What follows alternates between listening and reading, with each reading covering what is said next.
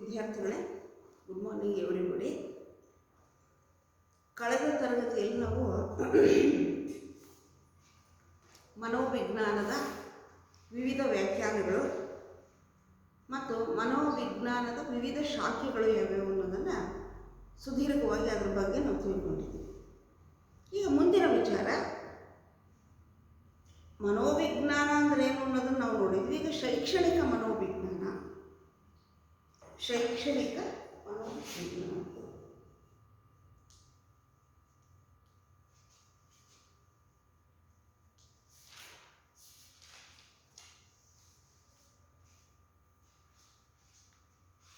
ಕಳೆದ ತರಗತಿಯಲ್ಲಿ ನಾವು ಮನೋವಿಜ್ಞಾನದ ಶಾಖೆಗಳ ಬಗ್ಗೆ ನಾವು ನೋಡ್ತಾ ಬಂದಾಗ ಕೊನೆಯ ಒಂದು ಶಾಖೆ ಯಾವುದು? ಅನ್ವಯಿಕ ಮನೋವಿಜ್ಞಾನ.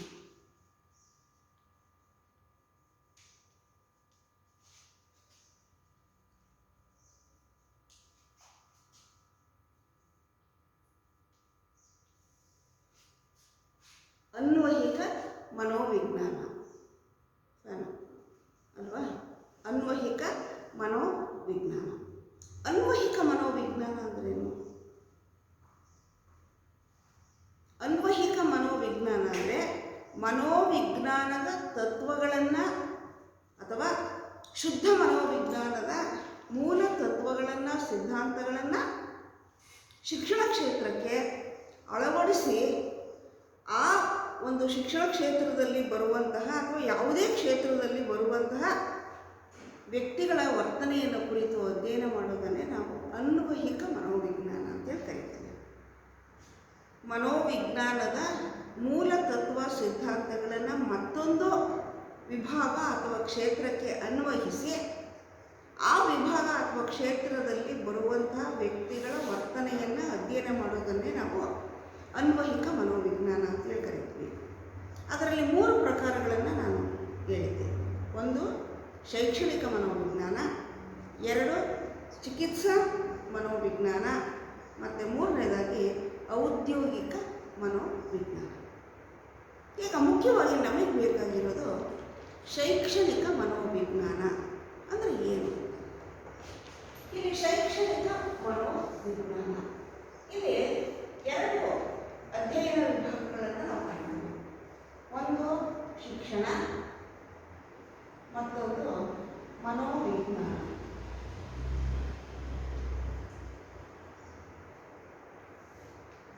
ಈಗ ನಿಮಗೆ ಈಗಾಗಲೇ ನೀವು ಶಿಕ್ಷಣದ ವಿದ್ಯಾರ್ಥಿಗಳು, ನೀವು ಕಲಿತಾ ಇರೋದು 3ನೇ ವರ್ಷ. ಶಿಕ್ಷಣ ಅಂದ್ರೇನು?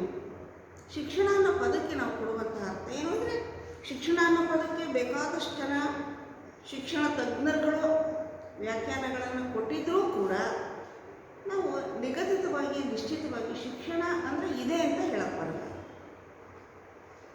ಎಲ್ಲ ವ್ಯಾಖ್ಯಾನಗಳನ್ನು ಅದರ ಬೇರೆ ಬೇರೆ ದೃಷ್ಟಿಕೋನಗಳಿಂದ ಅದರ ಅರ್ಥವನ್ನು ನೋಡಿ ಅಂತಿಮವಾಗಿ ನಾವು ಹೇಳ್ತೀವಿ ಶಿಕ್ಷಣ ಅಂದರೆ ಮನುಷ್ಯ ಅಥವಾ ಮಾನವನ ಸರ್ವತೋಮುಖ ಅಭಿವೃದ್ಧಿಗೆ ನೆರವಾಗುವುದೇ ಶಿಕ್ಷಣ.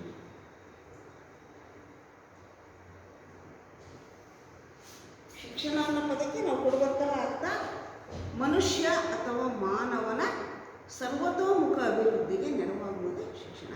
ಸರ್ವತೋಮುಖ ಅಭಿವೃದ್ಧಿ ಅಂದರೆ ವ್ಯಕ್ತಿಯ ಅಥವಾ ಮನುಷ್ಯನ ದೈಹಿಕ, ಮಾನಸಿಕ, ಸಾಮಾಜಿಕ, ನೈತಿಕ, ಆಧ್ಯಾತ್ಮಿಕ ಈ ಎಲ್ಲ ಕ್ಷೇತ್ರಗಳಲ್ಲೂ ಕೂಡ ಒಬ್ಬ ವ್ಯಕ್ತಿ ಅಭಿವೃದ್ಧಿ ಹೊಂದುವಂತೆ ನೆರವಾಗುವುದು ಅಥವಾ ಸಹಾಯಕವಾಗುವುದನ್ನೇ ನಾವೇನಂತ ಕರಿತೀವಿ? ಶಿಕ್ಷಣ ಅಂತ ಕರಿತೀವಿ. ಇನ್ನು 2ನೇದು ಮನೋವಿಜ್ಞಾನ. ಮನೋವಿಜ್ಞಾನ ಅಂದ್ರೇನು? ವರ್ತನೆಯ ಅಧ್ಯಯನವೂ ಮನೋವಿಜ್ಞಾನ. ಜೀವಿಗಳ ವರ್ತನೆಯನ್ನು ಕುರಿತು ಅಧ್ಯಯನ ಮಾಡುವುದೇ ಮನೋವಿಜ್ಞಾನ. ಇಲ್ಲೇನು ಹೇಳಿದ್ವಿ? ಮಾನವನ ಸರ್ವತೋಮುಖ ಅಭಿವೃದ್ಧಿಗೆ ಶಿಕ್ಷಣ. ಇದೇ ಮನುಷ್ಯನ, ಮಾನವನ ವರ್ತನೆಯನ್ನು ಕುರಿತು ಅಧ್ಯಯನ ಮಾಡುವುದೇ ಏನು? ಮನೋವಿಜ್ಞಾನ. ಅರ್ಥ ಆಯ್ತಾ? ಈಗ ಇವೆರಡಕ್ಕೂ ಎಷ್ಟು ಹತ್ತಿರದ ಸಂಬಂಧ ಇದೆ ಅಂತ ಹೇಳ್ಬೋದು. ಶಿಕ್ಷಣ ಮತ್ತು ಮನೋವಿಜ್ಞಾನ ಎರಡು ಜ್ಞಾನಧಾರೆಗಳ ಅಥವಾ ವಿಚಾರಧಾರೆಗಳ ಸಂಗಮವನ್ನೇ ನಾವು ಶೈಕ್ಷಣಿಕ ಮನೋವಿಜ್ಞಾನ ಅಂತ ಕರಿತೀವಿ. ಶಿಕ್ಷಣ ಮತ್ತು ಮನೋವಿಜ್ಞಾನ ಈ ಎರಡು ವಿಚಾರಧಾರೆಗಳ ಸಂಗಮವೇ ಶೈಕ್ಷಣಿಕ ಮನೋವಿಜ್ಞಾನ. ಅಂದರೆ ಇನ್ನೂ ಸ್ಪಷ್ಟವಾಗಿ ಹೇಳಬೇಕು ಅಂತ ಹೇಳಿದರೆ, ಮನೋವಿಜ್ಞಾನದ ತತ್ವ ಸಿದ್ಧಾಂತಗಳನ್ನು ಶಿಕ್ಷಣ ಕ್ಷೇತ್ರಕ್ಕೆ ಅನ್ವಯಿಸಿಕೊಂಡು ಶಿಕ್ಷಣ ಕ್ಷೇತ್ರದ ವ್ಯಾಪ್ತಿಯಲ್ಲಿ ಬರುವಂತಹ ವ್ಯಕ್ತಿಗಳ ವರ್ತನೆಯನ್ನು ಕುರಿತು ಅಧ್ಯಯನ ಮಾಡುವುದೇ ಶೈಕ್ಷಣಿಕ ಮನೋವಿಜ್ಞಾನ. ಈಗ ಶಿಕ್ಷಣ ಕ್ಷೇತ್ರದ ವ್ಯಾಪ್ತಿಯಲ್ಲಿ ಬರುವಂತಹ ವ್ಯಕ್ತಿಗಳು ಯಾರು? ವಿದ್ಯಾರ್ಥಿಗಳು, ಶಿಕ್ಷಕರು ಮತ್ತು ಇತರ ಕಚೇರಿ ಸಿಬ್ಬಂದಿಗಳು. ಅರ್ಥ ಆಯ್ತಾ? ಇಲ್ಲಿ ಮನೋವಿಜ್ಞಾನಕ್ಕೆ ನಾವೇನು ಹೇಳ್ತೀವಿ? ಮಾನವನ ವರ್ತನೆಯನ್ನು ಕುರಿತು ಅಧ್ಯಯನ ಮಾಡುವುದು ಮನೋವಿಜ್ಞಾನ. ಮಾನವ ಅಂದರೆ ಎಲ್ಲ, ಇಡೀ ಸಮಾಜದಲ್ಲಿ ಬರುವಂತಹ ಪ್ರತಿಯೊಬ್ಬ ವ್ಯಕ್ತಿ ಅಥವಾ ಮನುಷ್ಯನ ವರ್ತನೆಯನ್ನು ಕುರಿತು ಅಧ್ಯಯನ ಮಾಡುವುದೇ ಮನೋವಿಜ್ಞಾನ. ಶೈಕ್ಷಣಿಕ ಮನೋವಿಜ್ಞಾನ ಅಂದರೆ ಶಿಕ್ಷಣ ಕ್ಷೇತ್ರದ ವ್ಯಾಪ್ತಿಯಲ್ಲಿ ಬರುವಂತಹ ವ್ಯಕ್ತಿಗಳ ವರ್ತನೆಯನ್ನು ಕುರಿತು ಅಧ್ಯಯನ ಮಾಡುವುದೇ ಶೈಕ್ಷಣಿಕ ಮನೋವಿಜ್ಞಾನ. ಅರ್ಥ ಆಯ್ತಾ ಇಲ್ಲ? ಈಗ ಒಟ್ಟು ಮನೋವಿಜ್ಞಾನ, ಶೈಕ್ಷಣಿಕ ಮನೋವಿಜ್ಞಾನ ಅಂದರೆ ಶಿಕ್ಷಣ ಮತ್ತು ಮನೋವಿಜ್ಞಾನ ಈ ಎರಡು ವಿಚಾರಧಾರೆಗಳ ವಿಷಯಗಳ ಒಂದು ಸಂಗಮವನ್ನೇ, ಅಥವಾ ಶಿಕ್ಷಣ ಕ್ಷೇತ್ರದ ವ್ಯಾಪ್ತಿಯಲ್ಲಿ ಬರುವಂತಹ ವ್ಯಕ್ತಿಗಳ ವರ್ತನೆಯನ್ನು ವೈಜ್ಞಾನಿಕವಾಗಿ ಸಿಸ್ಟಮ್ಯಾಟಿಕ್ ಸ್ಟಡಿ ಅಂತ ಹೇಳಿ ಕರಿತೀವಿ. ಅದನ್ನು ನಾವು ಸೈಂಟಿಫಿಕ್ ಸ್ಟಡಿ ಅಂತ ಹೇಳಿ ಕರಿತೀವಿ. ಅದನ್ನು ನಾವೇನಂತ ಕರಿತೀವಿ? ಶೈಕ್ಷಣಿಕ ಮನೋವಿಜ್ಞಾನ. ಬಹುಶಃ ಇದು ಅರ್ಥ ನಿಮಗಾಯ್ತು ಅಂತ ನಾನು ಅಂದ್ಕೊಳ್ತೀನಿ.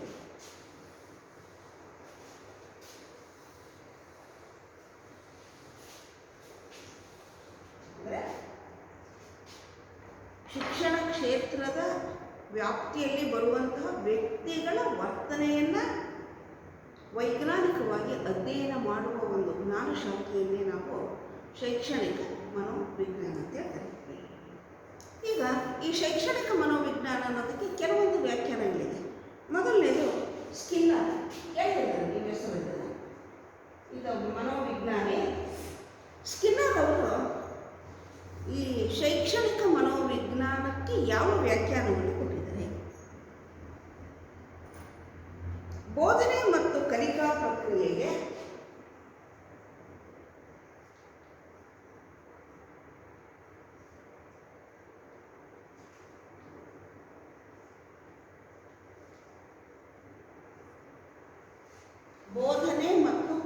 ಪ್ರಕ್ರಿಯೆಗೆ ಸಂಬಂಧಿಸಿದ ಮನೋವಿಜ್ಞಾನದ ಶಾಖೆಯೇ ಸಂಬಂಧಿಸಿದ ಮನೋವಿಜ್ಞಾನದ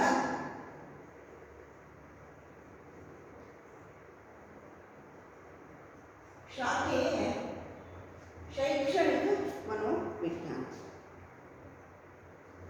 ತುಂಬ ಅರ್ಥಪೂರ್ಣವಾದ ವ್ಯಾಖ್ಯಾನ. ಬೋಧನೆ ಮತ್ತು ಕಲಿಕೆಗೆ ಅಥವಾ ಕಲಿಕಾ ಪ್ರಕ್ರಿಯೆಗೆ ಸಂಬಂಧಿಸಿದ ಮನೋವಿಜ್ಞಾನದ ಶಾಖೆಯ ಶೈಕ್ಷಣಿಕ ಮನೋವಿಜ್ಞಾನ. ಶಿಕ್ಷಣ ಕ್ಷೇತ್ರ ಅಂದ ತಕ್ಷಣ ಅಲ್ಲಿ ಅಥವಾ ಶಿಕ್ಷಣ ಕ್ಷೇತ್ರದ ಎರಡು ಪ್ರಮುಖ ಅಂಶಗಳು, ಪ್ರಕ್ರಿಯೆಗಳು ಯಾವುವು? ಒಂದು ಬೋಧನೆ, ಇದು ಶಿಕ್ಷಕರಿಗೆ ಸಂಬಂಧಪಟ್ಟದ್ದು. ಎರಡನೇದು ಕಲಿಕಾ ಪ್ರಕ್ರಿಯೆ, ಇದು ವಿದ್ಯಾರ್ಥಿಗೆ ಹೌದಾ?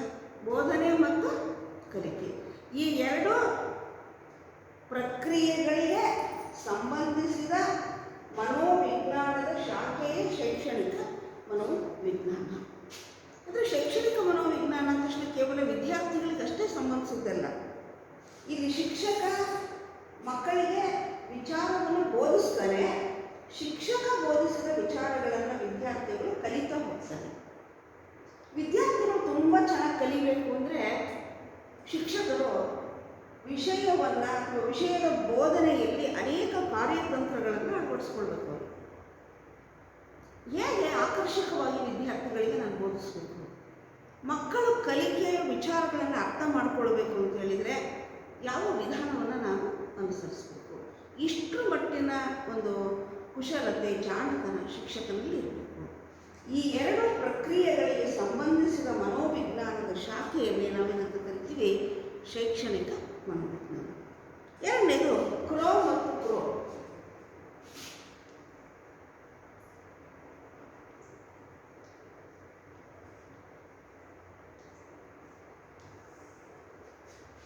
ಕ್ರೋ ಮತ್ತು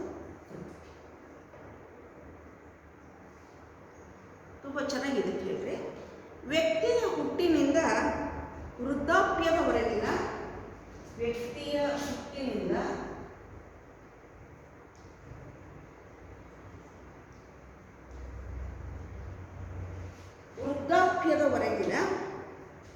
ಕಲಿಕೆಯ ಅನುಭವಗಳನ್ನು ವೈಜ್ಞಾನಿಕವಾಗಿ ವಿವರಿಸುವ ವಿಜ್ಞಾನವೇ ಶೈಕ್ಷಣಿಕ ಮನೋವಿಜ್ಞಾನ. ವ್ಯಕ್ತಿಯ ಹುಟ್ಟಿನಿಂದ ವೃದ್ಧಾಪ್ಯದವರೆಗಿನ ಕಲಿಕೆಯ ಅನುಭವಗಳನ್ನು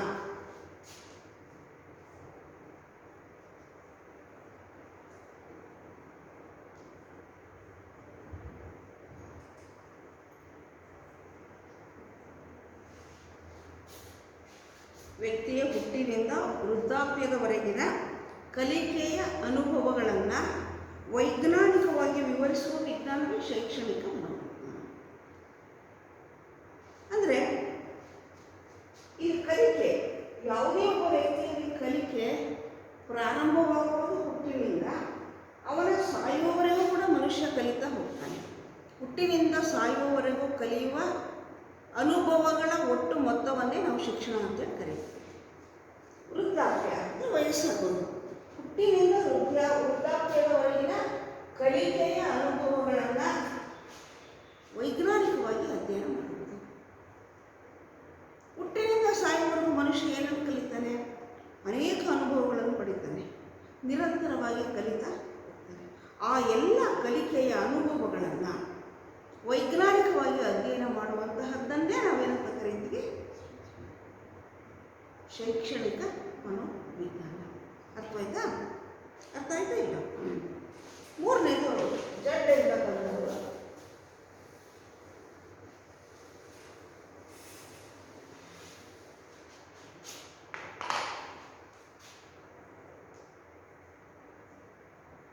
ಮೂರನೆಯ ಮತ್ತೊಂದು ವ್ಯಾಖ್ಯಾನ ಜಡ್. ಇದು ಇವರು ಹೇಳುವಂಥ ವ್ಯಾಖ್ಯಾನ ಕೂಡ ಅದೇ ಅರ್ಥವನ್ನು ಕೊಡುತ್ತೆ. ಹುಟ್ಟಿನಿಂದ ಪ್ರೌಢಾವಸ್ಥೆವರೆಗೆ ಹೇಳ್ತಾರೆ. ಹುಟ್ಟಿನಿಂದ ಪ್ರೌಢಾವಸ್ಥೆ,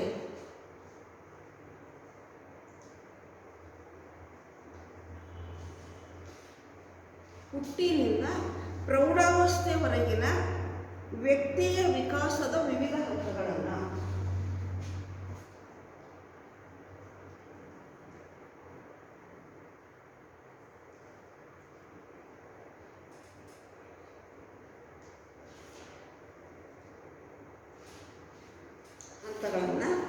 ವೈಜ್ಞಾನಿಕವಾಗಿ ಅಧ್ಯಯನ ಮಾಡುವ ವಿಜ್ಞಾನವೇ ಶೈಕ್ಷಣಿಕ ಮನೋವಿಜ್ಞಾನ.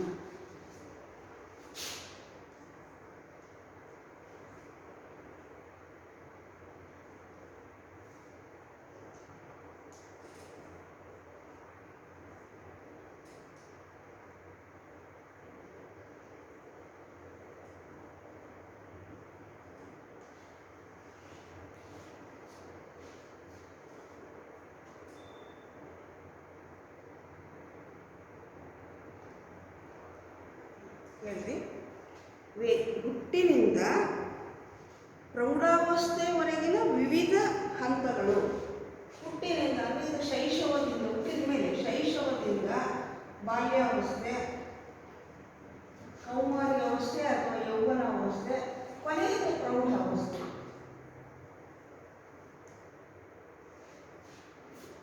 ಮನುಷ್ಯನ ಅಥವಾ ವ್ಯಕ್ತಿಯ ಬದುಕಿನ ವಿವಿಧ ಹಂತಗಳನ್ನು 4 ಅಂತೇಳಿ ಕರಿತೀವಿ ನಾವು. ಶೈಶವಾವಸ್ಥೆ, ಬಾಲ್ಯಾವಸ್ಥೆ, ಕೌಮಾರ್ಯಾವಸ್ಥೆ ಅಥವಾ ಯೌವನಾವಸ್ಥೆ ಮತ್ತು ಪ್ರೌಢಾವಸ್ಥೆ. ಈ 4 ವಿಕಾಸದ ಹಂತಗಳು ಅಂತೇಳಿ ನಾವು ಕರಿತೀವಿ. ವ್ಯಕ್ತಿಯ ಅಥವಾ ಮನುಷ್ಯನ ಬೆಳವಣಿಗೆ ಅಥವಾ ವಿಕಾಸದ ಹಂತಗಳು. ಈ ಹಂತಗಳನ್ನು ವೈಜ್ಞಾನಿಕವಾಗಿ ಅಧ್ಯಯನ ಮಾಡುವುದು ಶೈಕ್ಷಣಿಕ ಮನೋವಿಜ್ಞಾನ. ಈ ಹಂತಗಳಲ್ಲಿ ಶೈಶವದಲ್ಲಿ ವ್ಯಕ್ತಿ ಹೇಗೆ ಕಲಿತ, ಬಾಲ್ಯಾವಸ್ಥೆಯಲ್ಲಿ ಏನು ಕಲಿತ, ಯೌವನದಲ್ಲಿ ಏನು ಕಲಿತ, ಪ್ರೌಢಾವಸ್ಥೆ ಹಂತದಲ್ಲಿ ಹೇಗೆ ಕಲಿತ, ಎಷ್ಟೆಷ್ಟು ವಿಚಾರಗಳು ಅವನ ಅನುಭವಕ್ಕೆ ಬಂತು, ಇದನ್ನು ವೈಜ್ಞಾನಿಕವಾಗಿ ಅಧ್ಯಯನ ಮಾಡುವಂತಹ ಒಂದು ಜ್ಞಾನ ಶಾಖೆಯನ್ನೇ ನಾವು ಶೈಕ್ಷಣಿಕ ಮನೋವಿಜ್ಞಾನ ಅಂತ ಹೇಳ್ತೀವಿ. ಅರ್ಥ ಆಯ್ತಾ?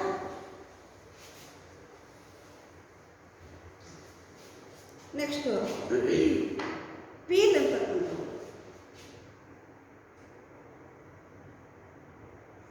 ಮತ್ತೊಬ್ಬ ಮನೋವಿಜ್ಞಾನಿ ಪೀಲ್ ತುಂಬ ಸರಳವಾದ ವ್ಯಾಖ್ಯಾನ. ಶೈಕ್ಷಣಿಕ ಮನೋವಿಜ್ಞಾನವು ಶಿಕ್ಷಣವನ್ನು ವೈಜ್ಞಾನಿಕವಾಗಿ ಅಧ್ಯಯನ ಮಾಡುತ್ತೆ. ಶೈಕ್ಷಣಿಕ ಮನೋವಿಜ್ಞಾನ ಅಂದರೆ ಶಿಕ್ಷಣವನ್ನು ವೈಜ್ಞಾನಿಕವಾಗಿ ಅಧ್ಯಯನ ಮಾಡುವುದು.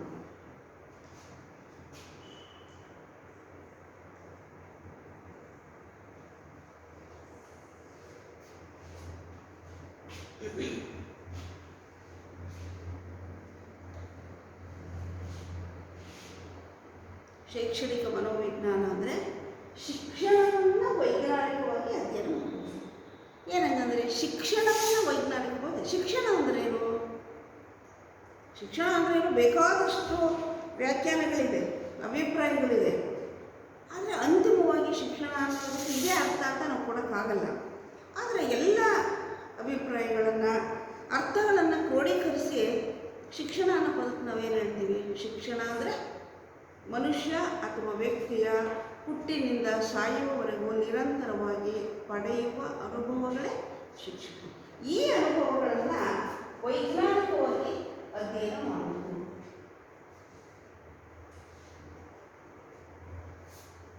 ಶಿಕ್ಷಣವನ್ನು ಅಂದರೆ ಶಿಕ್ಷಣ ಅನ್ನೋದು ಒಂದು ವಿಶಾಲವಾದ ವ್ಯಾಪ್ತಿಯನ್ನು ಹೊಂದಿರತಕ್ಕಂತಹ ಪದ. ಏನು ಶಿಕ್ಷಣ ಅಂದರೆ? ಅಲ್ಲಿ ಕಲಿಯೋರು ಇರ್ತಾರೆ, ಕಲಿಸೋರು ಇರ್ತಾರೆ, ಪಠ್ಯ ವಸ್ತು ಇರುತ್ತೆ, ಪರೀಕ್ಷಾ ಪದ್ಧತಿ ಇರುತ್ತೆ, ಮೌಲ್ಯಮಾಪನ ಇರುತ್ತೆ, ಪಠ್ಯೇತರ ಚಟುವಟಿಕೆಗಳಿರ್ತವೆ.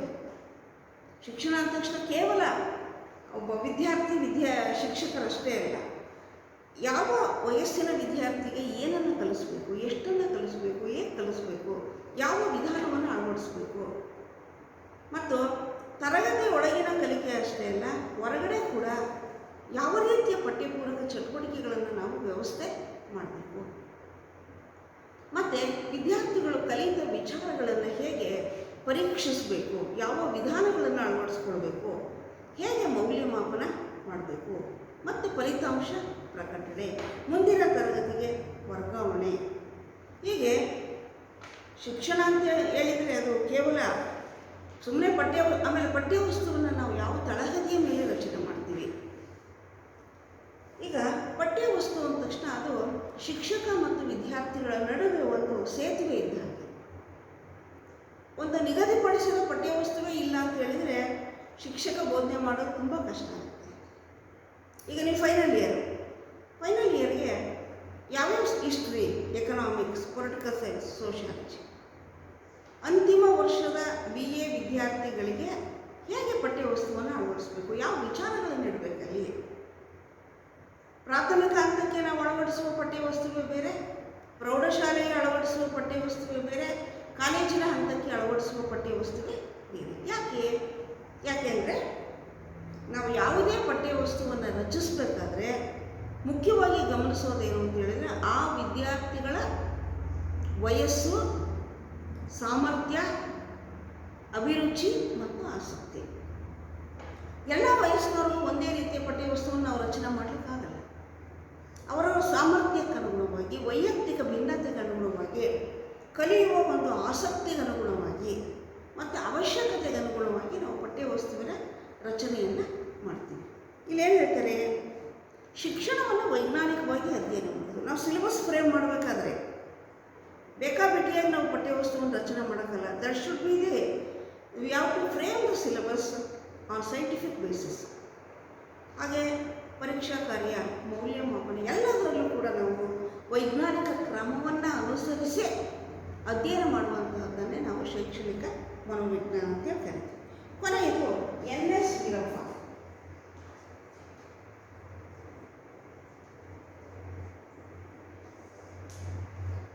NS ವೀರಪ್ಪ ಶಿಕ್ಷಣದಲ್ಲಿ ಮಾನವ ಸ್ವಭಾವ ವಹಿಸುವ ಪಾತ್ರವನ್ನು ಕುರಿತು ಅಧ್ಯಯನ ಮಾಡುವುದೇ ಶೈಕ್ಷಣಿಕ ಮನೋವಿಜ್ಞಾನ. ಎಂದರೆ ಅದು ಕಲಿಯುವ ಮತ್ತು ಬೋಧನೆ.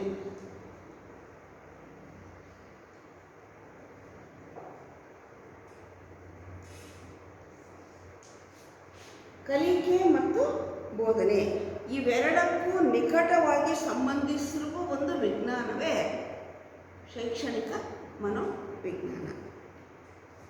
ಕಲಿಕೆ ಮತ್ತು ಬೋಧನೆ ಇವೆರಡಕ್ಕೂ ನಿಕಟವಾದ ಸಂಬಂಧ ಇದೆ ಅಂತಿರೋ ಇಲ್ಲ ಅಂತಿರೋ.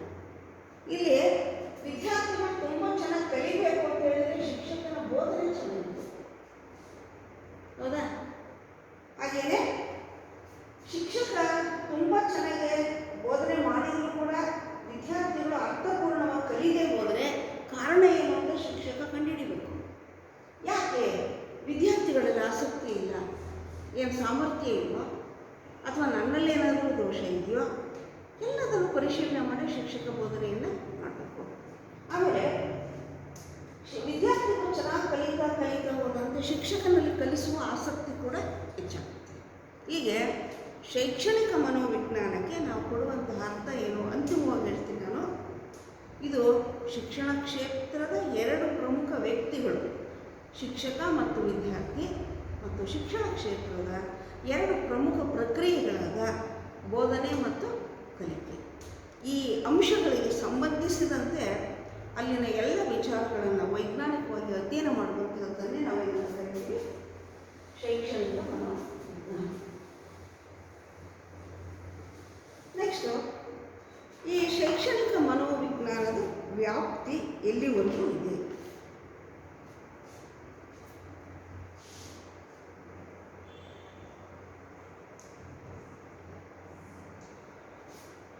ಶೈಕ್ಷಣಿಕ ಮನೋವಿಜ್ಞಾನದ ವ್ಯಾಪ್ತಿ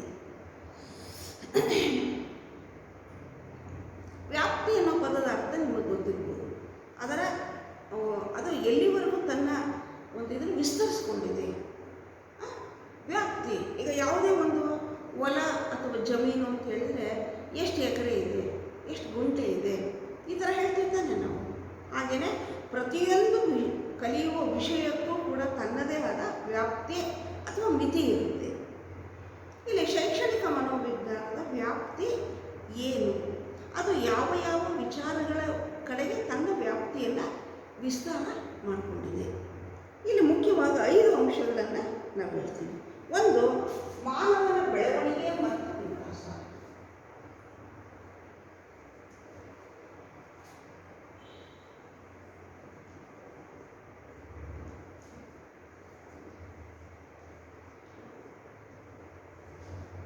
ಶೈಕ್ಷಣಿಕ ಮನೋವಿಜ್ಞಾನದ ವ್ಯಾಪ್ತಿಯನ್ನು ನಾವು 5 ಅಂಶಗಳ ಆಧಾರದ ಮೇಲೆ ಹೇಳ್ತೀವಿ.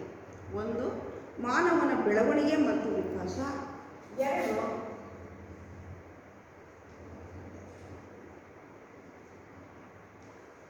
ಕಲಿಕೆ. 3, ವ್ಯಕ್ತಿತ್ವ ಮತ್ತು ಹೊಂದಾಣಿಕೆ.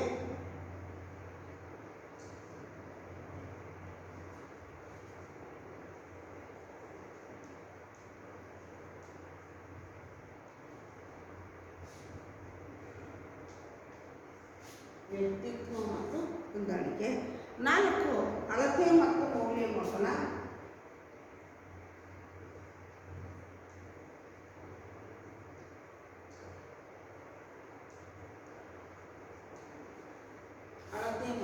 ಮೌಲ್ಯಮಾಪನ. 5, ಶೈಕ್ಷಣಿಕ ಮನೋವಿಜ್ಞಾನದ ತಂತ್ರ ಮತ್ತು ವಿಧಾನಗಳು.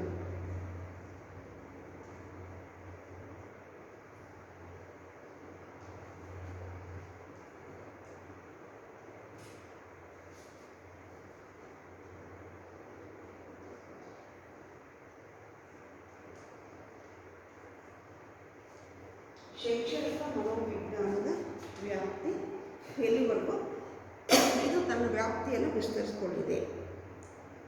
ಒಂದು, ಮಾನವನ ಬೆಳವಣಿಗೆ ಮತ್ತು ವಿಕಾಸ. ಬೆಳವಣಿಗೆ ಮತ್ತು ವಿಕಾಸ ನಾನು ಪದೇ ಹೇಳಿದ್ದೀನಿ. ಬೆಳವಣಿಗೆ ಅಂತಕ್ಕಂಥ ಪದ ದೇಹದ ಅಂಗಾಂಗಗಳ ಬೆಳವಣಿಗೆಗೆ ಸಂಬಂಧಪಟ್ಟಿರುತ್ತೆ. ಇದು ಕಣ್ಣಿಗೆ ಕಾಣುವಂತಹದ್ದು. ವಿಕಾಸ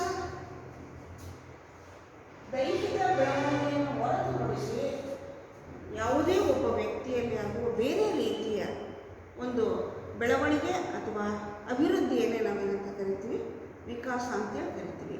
ಇಲ್ಲಿ ಶೈಕ್ಷಣಿಕ ಮನೋವಿಜ್ಞಾನ ಮಾನವನ ಬೆಳವಣಿಗೆ ಮತ್ತು ವಿಕಾಸ. ಯಾವುದೇ ಒಬ್ಬ ವ್ಯಕ್ತಿ ಹೇಗೆ ಬೆಳೀತಾ ದೈಹಿಕವಾಗಿ ಅವನಲ್ಲಿ ಆಗುವಂಥ ಬೆಳವಣಿಗೆ ಏನು? ದೈಹಿಕ ಬೆಳವಣಿಗೆಯ ಜೊತೆಗೆ ಮಾನಸಿಕ, ಸಾಮಾಜಿಕ, ನೈತಿಕ ಮತ್ತು ಆಧ್ಯಾತ್ಮಿಕ ಬೆಳವಣಿಗೆ ಮತ್ತು ವಿಕಾಸಗಳು ಕೂಡ ಆಗುತ್ತೆ. ಇವೆಲ್ಲ ಹೇಗಾಗ್ತವೆ? ಶೈಶವಾವಸ್ಥೆಯಲ್ಲಿ ಬೆಳವಣಿಗೆ ವಿಕಾಸ ಹೇಗಾಗುತ್ತೆ? ಬಾಲ್ಯಾವಸ್ಥೆಯಲ್ಲಿ ಬೆಳವಣಿಗೆ ಮತ್ತು ವಿಕಾಸ ಹೇಗಾಗುತ್ತೆ? ಮತ್ತು ಕೌಮಾರ್ಯ ಅವಸ್ಥೆಯಲ್ಲಿ ಬೆಳವಣಿಗೆ ಮತ್ತು ವಿಕಾಸ ಹೇಗಾಗುತ್ತೆ? ಪ್ರೌಢಾವಸ್ಥೆಗೆ ಬಂದಾಗ ಬೆಳವಣಿಗೆ ಮತ್ತು ವಿಕಾಸದ ಹೇಗೆ ಇಳಿಮುಖ ಆಗ್ತಾ ಹೋಗುತ್ತೆ? ಈ ಎಲ್ಲ ವಿಚಾರಗಳನ್ನು ವೈಜ್ಞಾನಿಕವಾಗಿ ಅಧ್ಯಯನ ಮಾಡುವಂಥದ್ದೇ ಶೈಕ್ಷಣಿಕ ಮನೋವಿಜ್ಞಾನ. ಎರಡನೇದು ಕಲಿಕೆ. ಕಲಿಕೆ ಅಂದ್ರೇನು? ಕಲಿಕೆ ಅಂದ್ರೇನು? ಕಲಿಯೋದು ಅಂತೀವಿ ಅಲ್ವಾ? ಕಲಿಕೆ ಅನ್ನೋ ಪದಕ್ಕೆ ನಾವು ಕೊಡುವಂತಹ ಒಂದು ಸರಳವಾದ, ಎಲ್ಲರೂ ಒಪ್ಪಬಹುದಾದ ಒಂದು ಅರ್ಥ ಏನು ಅಂತ ಹೇಳಿದರೆ, ವ್ಯಕ್ತಿಯ ವರ್ತನೆಯಲ್ಲಿ ಅವನ ಅನುಭವಗಳಿಂದ ಉಂಟಾದ ಒಂದು ಮಾರ್ಪಾಡನ್ನೇ, ಪರಿವರ್ತನೆಯನ್ನೇ ಕಲಿಕೆ ಅಂತ ಕರಿತೀವಿ. ಅನುಭವಗಳಿಂದ ವ್ಯಕ್ತಿಯ ವರ್ತನೆಯಲ್ಲಿ ಉಂಟಾದ ಮಾರ್ಪಾಡು. ಈಗ ನಮ್ಮ ಜೀವನದಲ್ಲಿ ಅನುಭವಗಳನ್ನು ಪಡಿತಾ ಪಡಿತಾ ಪಡಿತಾ ಹೋದಂಗೆ ನಮ್ಮ ವರ್ತನೆಗಳಲ್ಲಿ ಬದಲಾವಣೆ ಆಗುತ್ತೆ. ಈಗ 10 ವರ್ಷದ ಒಬ್ಬ ವಿದ್ಯಾರ್ಥಿಗೂ ಅದೇ 15 ವರ್ಷದ ವಿದ್ಯಾರ್ಥಿಯ ವರ್ತನೆಯಲ್ಲಿ ನಾವು ಬದಲಾವಣೆಯನ್ನು ಕಾಣ್ತೀವಿ. ಅವನು 11 ವರ್ಷಕ್ಕೆ ಬಂದರೆ ಅವನಲ್ಲಿ ಮತ್ತೊಂದು ಬದಲಾವಣೆ, 12ನೇ ವಯಸ್ಸಿಗೆ ಮತ್ತೊಂದು ಬದಲಾವಣೆ. ಆ ಬದಲಾವಣೆಗೆ ಕಾರಣ ಏನು? ಅವನು ಪಡಿತಾ ಹೋದಂಥ ಅನುಭವಗಳು. ಎಷ್ಟೋ ಸಲ ನಾವೇ ಅನ್ನಲ್ವಾ, ಇಷ್ಟು ವಯಸ್ಸು ಕಳೆದಪ್ಪ, ನಾವು ಕೆಲವೊಂದು ಜನ ನಮಗೆ ಕೆಟ್ಟ ಪಾಠ ಕಲಿಸ್ಬಿಟ್ರು, ಕೆಟ್ಟ ಅನುಭವವನ್ನು ನಾವು ಪಡ್ಕೊಂಡು ಇರ್ತೀವಿ. ಅದೇ ಇಲ್ಲ, ಎಷ್ಟೋ ಸಲ ನಾವು ಸ್ನೇಹಿತರು, ಬಂಧುಗಳು ಅಂತ ನಂಬಿರ್ತೀವಿ, ಅವರೇ ನಮಗೆ ದೊಡ್ಡ ಪಾಠ ಕಲಿಸ್ತಾರೆ. ಅವಾಗೆಲ್ಲ ನಾವೇನು ಅಂದ್ಕೊಳ್ತೀವಿ, ಇನ್ನೂ ನಾವು ಕಲಿಯಲಿಲ್ಲ, ಎಷ್ಟು ವಯಸ್ಸಾದರೂ ಅಂತೀವಿ. ಅಂದರೆ ಅನುಭವಗಳು ನಮ್ಮ ವರ್ತನೆಯಲ್ಲಿ ಬದಲಾವಣೆಯನ್ನು ತರ್ತವೆ. ಅದನ್ನೇ ನಾವು ಕಲಿಕೆ ಅಂತ ಕರಿತೀವಿ. ಕಲಿಕೆ ಇದು ಶಿಕ್ಷಣ ಕ್ಷೇತ್ರಕ್ಕೆ ಸಂಬಂಧಿಸಿದ ಅಂಶ. ಕಲಿಕೆ ಅಂತಕ್ಕಂಥದ್ದು ವಿದ್ಯಾರ್ಥಿಯೇ ಕಲಿತಾನೆ. ಚೆನ್ನಾಗಿ ಕಲಿಬೇಕು ಅಂದರೆ ಶಿಕ್ಷಕ ಯಾವ ಕ್ರಮಗಳನ್ನು ಕೈಗೊಳ್ಳಬೇಕು, ಪಠ್ಯವಸ್ತು ಹೇಗಿರಬೇಕು, ಈ ಎಲ್ಲ ಅಂಶಗಳಿಗೆ ಸಂಬಂಧಪಟ್ಟಂತೆ ಅಧ್ಯಯನ ಮಾಡುವಂಥದ್ದನ್ನೇ ನಾವು ಶೈಕ್ಷಣಿಕ ಮನೋವಿಜ್ಞಾನದ ವ್ಯಾಪ್ತಿಯಲ್ಲಿ ಬರುವಂತಹ ಮತ್ತೊಂದು ಅಂಶ ಅಂತೇಳಿ ಕರಿತೀವಿ. ಮೂರನೇದು ವ್ಯಕ್ತಿತ್ವ ಮತ್ತು ಹೊಂದಾಣಿಕೆ. ವ್ಯಕ್ತಿತ್ವ ಅಂದರೆ ಏನು? ಇಲ್ಲಿ ವ್ಯಕ್ತಿತ್ವ ಅಂದರೆ ಪರ್ಸನಾಲಿಟಿ ಅಂತ ಕರಿತೀವಿ. ವ್ಯಕ್ತಿತ್ವ ಅಂದರೆ ನೋಡೋಕೆ ಚೆನ್ನಾಗಿರೋದೇ ವ್ಯಕ್ತಿತ್ವ ಅಲ್ಲ. ಒಬ್ಬ ವ್ಯಕ್ತಿಯ ಸರ್ವ ಗುಣಗಳ ಒಟ್ಟು ಮೊತ್ತವನ್ನೇ ನಾವು ವ್ಯಕ್ತಿತ್ವ ಅಂತ ಕರಿತೀವಿ. ಅವನು ಬುದ್ಧಿವಂತನಾಗಿರಬೇಕು, ಒಳ್ಳೆ ಗುಣ ಇರಬೇಕು, ಆರೋಗ್ಯ ಚೆನ್ನಾಗಿರಬೇಕು, ನಡೆನುಡಿ ಚೆನ್ನಾಗಿರಬೇಕು, ಮಾತು ಚೆನ್ನಾಗಿರಬೇಕು, ಅವನು ಮಾಡುವಂಥ ಕೆಲಸ ಕಾರ್ಯಗಳಲ್ಲಿ ಒಂದು ನಿರ್ದಿಷ್ಟತೆ ಇರಬೇಕು. ಈ ಎಲ್ಲ ಅಂಶಗಳು ಯಾವ ವ್ಯಕ್ತಿಯಲ್ಲಿ ಇರುತ್ತೋ ಅಂಥ ವ್ಯಕ್ತಿಯನ್ನು ನಾವೇನಂತ ಕರಿತೀವಿ, ಈ ಥರದ್ದು ತುಂಬ ಒಳ್ಳೆಯ ವ್ಯಕ್ತಿತ್ವ ಅಂತ ಕರಿತೀವಿ. ಈ ವ್ಯಕ್ತಿತ್ವಕ್ಕೆ ಸಂಬಂಧಪಟ್ಟಂತೆ ಕೂಡ ಶೈಕ್ಷಣಿಕ ಮನೋವಿಜ್ಞಾನ ಅಧ್ಯಯನ ಮಾಡ್ತೀವಿ. ಆಮೇಲೆ ಹೊಂದಾಣಿಕೆ, ಅಡ್ಜಸ್ಟ್ಮೆಂಟ್. ಹೊಂದಾಣಿಕೆ ಜೀವನದಲ್ಲಿ ಭಾಳ ಮುಖ್ಯ ತಾನೆ. ನಾವು ಬೇರೆ ಬೇರೆ ಪರಿಸರಗಳಿಗೆ, ಸನ್ನಿವೇಶಗಳಿಗೆ ಹೋಗ್ತೀವಲ್ಲ, ಆ ಎಲ್ಲ ಸನ್ನಿವೇಶ ಸಂದರ್ಭಗಳಿಗೂ ನಾವು ಹೊಂದ್ಕೊಳ್ಬೇಕು. ನಾವಲ್ಲಿ ಹೊಂದಾಣಿಕೆ ಪ್ರವೃತ್ತಿ ಇಲ್ಲ ಅಂದರೆ ನಮ್ಮನ್ನು ಗುಂಪಿಂದ ಹೊರಗಾಗ್ತಾರೆ, ಹೌದಾ? ಅದಕ್ಕೆ ಶಿಕ್ಷಣದ ಅರ್ಥವನ್ನೇ ಹೇಳ್ಬೇಕಾದ್ರೆ ನಾವು ಹೇಳ್ತೀವಿ, education it self is an adjustment ಅಂತ ಕರಿತೀವಿ ನಾವು. ವ್ಯಕ್ತಿಯನ್ನು ಬೇರೆ ಬೇರೆ ಪರಿಸರಕ್ಕೆ ಹೊಂದಿಕೊಳ್ಳುವಂತೆ ಮಾಡುವುದೇ ಶಿಕ್ಷಣ. ಆದ್ದರಿಂದ ಇಲ್ಲಿ ವ್ಯಕ್ತಿತ್ವ ಮತ್ತು ಹೊಂದಾಣಿಕೆ, ಒಬ್ಬ ವ್ಯಕ್ತಿಯ ವ್ಯಕ್ತಿತ್ವದ ವ್ಯಾಪ್ತಿಯಲ್ಲಿ ಬರುವಂಥ ಅಂಶಗಳು ಮತ್ತು ಆ ವ್ಯಕ್ತಿಯನ್ನು ವಿವಿಧ ಪರಿಸರಕ್ಕೆ ಹೊಂದಿಸುವಂತಹ ಹೊಂದಾಣಿಕೆಯ ಪ್ರವೃತ್ತಿಯನ್ನು ಕೂಡ ಕುರಿತು ಅಧ್ಯಯನ ಮಾಡುವಂಥದ್ದನ್ನೇ ನಾವು ಶೈಕ್ಷಣಿಕ ಮನೋವಿಜ್ಞಾನದ ವ್ಯಾಪ್ತಿಯಲ್ಲಿ ಬರುವಂತಹ ಮತ್ತೊಂದು ಅಂಶ ಅಂತ ಕರಿತೀವಿ. ನಾಲ್ಕನೇದು ಅಳತೆ ಮತ್ತು ಮೌಲ್ಯಮಾಪನ. ಅಳತೆ ಮಾಡೋದು, ತೂಕ ಅಳತೆ ಮಾಡೋಕ್ಕೆ ಏನು ಮಾಡ್ತೀವಿ ನಾವು? ತೂಕದ ಯಂತ್ರ ತರ್ತೀವಿ. ದೇಹದ ಎತ್ತರ, ಗಾತ್ರ, ತೂಕ ಅದನ್ನು ಅಳತೆ ಮಾಡ್ತೀವಿ. ಆಮೇಲೆ ಮನುಷ್ಯರನ್ನು ನಾವು ಅಳತೆ ಮಾಡ್ತೀವಿ. ಹೆಂಗೆ? ಅವರ ಮಾತು, ನಡೆ, ನುಡಿ, ಅವರ ಒಂದು ಸಂಸ್ಕಾರ, ಸಂಸ್ಕೃತಿಯ ಮೇಲೆ ಅವರನ್ನು ಅಳತೆ ಮಾಡ್ತೀವಿ. ಮತ್ತು ಅಳತೆ ಮತ್ತು ಮೌಲ್ಯಮಾಪನ. ಈ ಮೌಲ್ಯಮಾಪನ ಅಂತಕ್ಕಂಥದ್ದು ವ್ಯಾಲ್ಯೂಯೇಷನ್ ಅನ್ನಲ್ವ ನೀವು? ಪರೀಕ್ಷೆ ಆಯಿತು, ಇಲ್ಲ ಪಠ್ಯ ವಿಷಯಗಳ ಬೋಧನೆ ಮುಗೀತು, ಪರೀಕ್ಷೆ ಆಯಿತು, ಆಮೇಲೆ ವ್ಯಾಲ್ಯೂಯೇಷನ್ ಮೌಲ್ಯಮಾಪನ ಮಾಡ್ತಾರೆ ಶಿಕ್ಷಕರು. ವಿದ್ಯಾರ್ಥಿಗಳ ಉತ್ತರ ಪತ್ರಿಕೆಗಳನ್ನು ಇಟ್ಕೊಂಡು ಮೌಲ್ಯಮಾಪನ ಮಾಡ್ತಾರೆ. ವಿದ್ಯಾರ್ಥಿಗಳ ಸ್ವಭಾವವನ್ನು ನೋಡಿ ಮೌಲ್ಯಮಾಪನ ಮಾಡ್ತಾರೆ. ಎಲ್ಲ ಮೌಲ್ಯಮಾಪನ ಮುಗಿದ ಮೇಲೆ ಏನು ಮಾಡ್ತಾರೆ? ಈ ಕಲಿಕಾ ವಿಷಯಗಳಿಗೆ ಇಂತಿಷ್ಟು ಅಂಕಗಳು ಅಂತ ಕೊಡ್ತಾರೆ. ಆ ಅಂಕಗಳ ಆಧಾರದ ಮೇಲೆ ನಾವು ವಿದ್ಯಾರ್ಥಿಗಳಿಗೆ ಫಲಿತಾಂಶವನ್ನು ಕೊಡ್ತೀವಿ. ಫಸ್ಟ್ ಕ್ಲಾಸ್, ಸೆಕೆಂಡ್ ಕ್ಲಾಸ್ ಮತ್ತು ಪಾಸ್ ಕ್ಲಾಸ್ ಅಂತ. ಅದಕ್ಕಿಂತ ಉನ್ನತ ಮಟ್ಟದ ಸಾಧನೆಯನ್ನು ಮಾಡಿದವ್ರಿಗೆ ನಾವೇನು ಹೇಳ್ತೀವಿ? ರ್ಯಾಂಕ್ ವಿಜೇತರು ಅಂತೇಳಿ ಕರಿತೀವಿ. ಹೀಗೆ ಈ ಅಳತೆ ಮತ್ತು ಮೌಲ್ಯಮಾಪನ ವಿದ್ಯಾರ್ಥಿ ಕಲಿತ ಮೇಲೆ ಕಲಿತದ್ದನ್ನು ಅಳತೆ ಮತ್ತು ಮೌಲ್ಯಮಾಪನ ಮಾಡಿ ಆತನ ಬಗ್ಗೆ ಒಂದು ನಾವು ಫಲಿತಾಂಶವನ್ನು ಕೊಡ್ತೀವಿ. ಇಲ್ಲೂ ಕೂಡ ನಮಗೆ ಶೈಕ್ಷಣಿಕ ಮನೋವಿಜ್ಞಾನ ತುಂಬ ನೆರವಾಗಿದೆ. ಕೊನೆಯದು ಶೈಕ್ಷಣಿಕ ಮನೋವಿಜ್ಞಾನದ ತಂತ್ರ ಮತ್ತು ವಿಧಾನಗಳು. ಶೈಕ್ಷಣಿಕ ಮನೋವಿಜ್ಞಾನದ ತಂತ್ರ ವಿಧಾನಗಳು.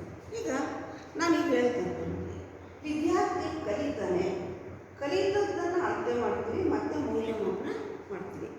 ಅಳತೆ ಮತ್ತು ಮೌಲ್ಯಮಾಪನ ವಿದ್ಯಾರ್ಥಿಗಳು ಕಲಿತದ್ದನ್ನು ನಾವು ಹೇಗೆ ಅಳತೆ ಮತ್ತು ಮೌಲ್ಯಮಾಪನ ಮಾಡ್ತೀವಿ, ಅದನ್ನು ವೈಜ್ಞಾನಿಕವಾಗಿ ನಾವು ಮೌಲ್ಯಮಾಪನ ಮಾಡ್ತೀವಿ. ಮತ್ತು ಇಲ್ಲಿ ಸಂಖ್ಯಾಶಾಸ್ತ್ರದ ಸಹಾಯವನ್ನು ಪಡಿತೀವಿ.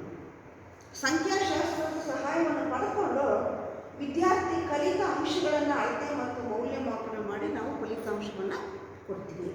ಹೀಗೆ ಶೈಕ್ಷಣಿಕ ಮನೋವಿಜ್ಞಾನದ ವ್ಯಾಪ್ತಿಯಲ್ಲಿ ಬರುವಂತಹ ಅಂಶಗಳು ಈ 5 ನಿಮ್ಗೆ ಅರ್ಥ ಆಯ್ತು ಅಂತ ನಾನು. ಒಂದು, ಮನುಷ್ಯ ವಿವಿಧ ಹಂತಗಳಿಗೆ ಬೆಳವಣಿಗೆ ವಿಕಾಸ ಆಗ್ತಾರೆ. ಮನುಷ್ಯ ಹೇಗೆ ಕಲಿತಾನೆ, ಅವನ ವ್ಯಕ್ತಿತ್ವ ಮತ್ತು ಹೊಂದಾಣಿಕೆಯಲ್ಲಿ ನಾವು ಕಂಡುಬರುವಂತಹ ಅಂಶಗಳವು, ಮತ್ತು ವ್ಯಕ್ತಿ ಅಥವಾ ವಿದ್ಯಾರ್ಥಿ ಕಲಿತ ಅಂಶಗಳನ್ನು ನಾವು ಹೇಗೆ ಅಳತೆ ಮೌಲ್ಯಮಾಪನ ಮಾಡ್ತೀವಿ. ಈ ಅಳತೆ ಮತ್ತು ಮೌಲ್ಯಮಾಪನಕ್ಕೆ ನಾವು ಯಾವ ತಂತ್ರ ಮತ್ತು ವಿಧಾನಗಳನ್ನು ಬಳಸ್ತೀವಿ. ಈ ಒಟ್ಟಾರೆ ಈ 5 ಅಂಶಗಳಲ್ಲಿ ಬರುವಂತಹ ಎಲ್ಲ ಅಂಶಗಳಲ್ಲಿ ಶೈಕ್ಷಣಿಕ ಮನೋವಿಜ್ಞಾನ ತನ್ನ ವ್ಯಾಪ್ತಿಯನ್ನು ಹೊಂದಿದೆ ಅಂತ ನಾವು ಹೇಳ್ತೀವಿ. ಇಲ್ಲಿಗೆ ಶೈಕ್ಷಣಿಕ ಮನೋವಿಜ್ಞಾನದ ಅರ್ಥ ಮತ್ತು ವ್ಯಾಪ್ತಿ ಮುಗಿಯಿತು. ಈಗ ಮುಂದೆ ನಾವು ಮುಂದಿನ ತರಗತಿಯಲ್ಲಿ ನಾವು ಶೈಕ್ಷಣಿಕ ಮನೋವಿಜ್ಞಾನ ಶಿಕ್ಷಣ ಕ್ಷೇತ್ರಕ್ಕೆ ಕೊಟ್ಟಂತಹ ಕಾಣಿಕೆ ಅಥವಾ ಕೊಡುಗೆಗಳು ಏನು ಅಂತಕ್ಕಂಥ ವಿಚಾರಗಳನ್ನು ನೋಡೋಣ. ಇಲ್ಲಿಗೆ ಈ ತರಗತಿಯನ್ನು